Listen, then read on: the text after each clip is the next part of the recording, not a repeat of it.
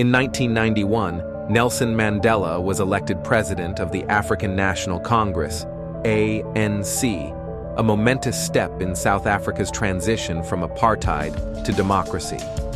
Yet, just a year earlier, he had still been a prisoner of the state, confined for 27 years. How did a man behind bars secure the leadership of a movement operating both in exile and underground?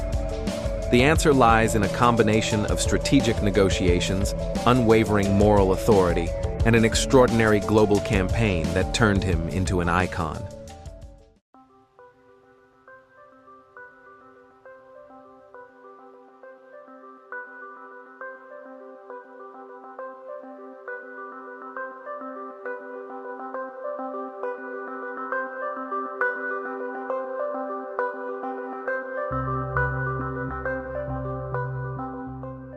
A prisoner in negotiations.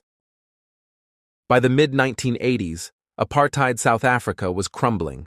The economy was in decline, sanctions were mounting, and the country faced increasing domestic unrest. The government, led by President P.W. Botha, realized it could not maintain apartheid indefinitely.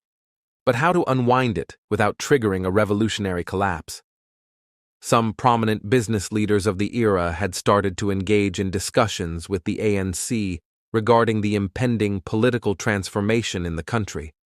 Many of these esteemed ANC leaders were residing in exile, and when the government recognized the impending changes, it initiated internal negotiations with Mandela, who held significant influence even while in jail.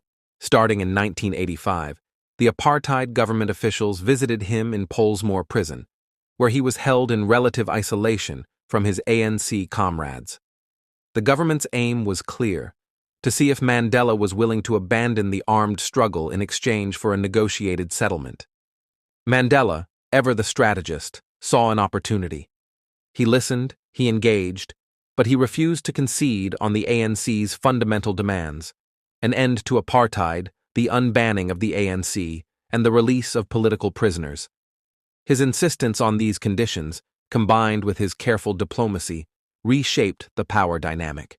The government needed him more than he needed them. But how did this happen? Why would a political prisoner be so influential? To grasp the Mandela influence, one must comprehend the brilliance and strategic thinking of the ANC during that era.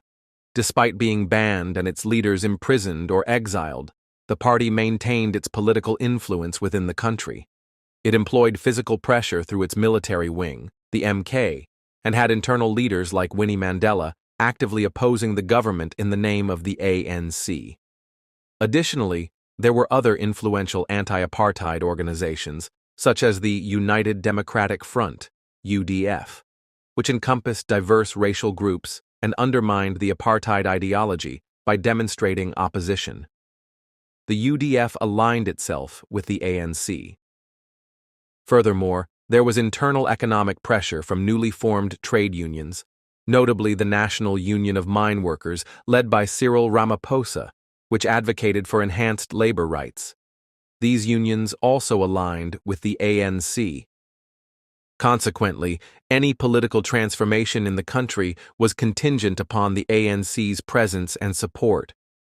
One of the least talked about political chess moves is when the ANC realized that if it was to get global sympathy and opposition against apartheid, the movement needed a face.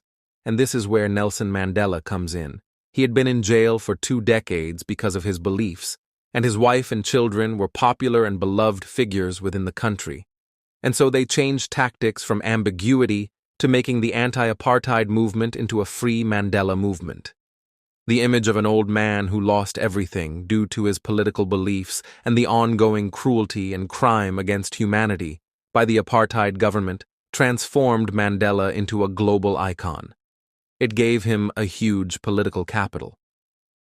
At the time, many young activists outside South Africa didn't even know what Mandela looked like. The apartheid regime had banned images of him for decades. But through music, media, and relentless activism, he became more than a political prisoner. He became an idea, a symbol of resistance. And so, when it was time to start negotiations, Mandela, being in the country and a renowned global figure, He was the obvious choice to give talks legitimacy. When the ANC was unbanned and Mandela was released from prison, he was in the ideal position to lead and influence the imminent serious negotiations regarding the country's transition to democracy. Mandela had been imprisoned for nearly 3 decades and lacked experience in the world he had last encountered in the 1960s. There were more capable comrades than him who could lead the party and replace the formidable Oliver Tambo. So why Mandela? Why was he the obvious choice?